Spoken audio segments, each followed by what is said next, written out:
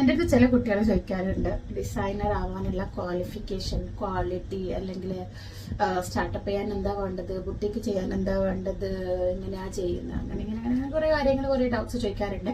അപ്പോൾ എനിക്ക് മെയിനായിട്ട് നിങ്ങളുടെ അടുത്ത് പറയാനുള്ളത് വെച്ചാൽ നമ്മൾ ഈ ഒരു പ്രൊഫഷൻ അത്ര ഈസി അല്ല, അങ്ങനെ നിങ്ങൾ വിചാരിക്കും വേണ്ട. അപ്പോൾ അതിന് എന്താ വേണ്ടതെന്ന് വെച്ചാൽ കുറച്ച് കാര്യങ്ങൾ വേണം. ഈ കുറച്ച് കാര്യങ്ങൾ നിങ്ങളിൽ ഉണ്ടെങ്കിൽ നിങ്ങൾ ധൈര്യമായിട്ട് നിങ്ങൾക്ക് ഒരു പ്രൊഫഷൻ ചെയ്യാം. ഇതില്ലെങ്കിൽ നിങ്ങൾക്ക് പറ്റിയ പണിയല്ല. നിങ്ങൾ മിണ്ടാതിരിക്കുന്നതായിരിക്കും നല്ലത്. എന്താ നല്ലത്?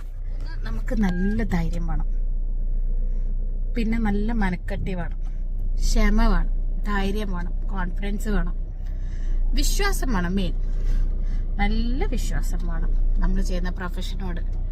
നല്ല മനക്കട്ടി എന്തിനു വേണമെന്ന് പറഞ്ഞു കഴിഞ്ഞാൽ നമുക്ക് വരുന്ന 90% കസ്റ്റമർ നല്ല കസ്റ്റമർ ആയിരിക്കും. പക്ഷെ 10%, അതായത് 100-ൽ 10% പ്രശ്നമാണ്. അപ്പം അത് ഫേസ് ചെയ്യാനുള്ള നല്ല ധൈര്യവും മനക്കട്ടിയും ഒക്കെ ഉണ്ടെങ്കിൽ അത് പറ്റും. പിന്നെ ക്ഷമ എങ്ങനെയും വേണ്ടേ വരും. അതാണ് ഫസ്റ്റ്. ക്ഷമയില്ലാതെ ഈ പണിക്ക് നടക്കുകയില്ല.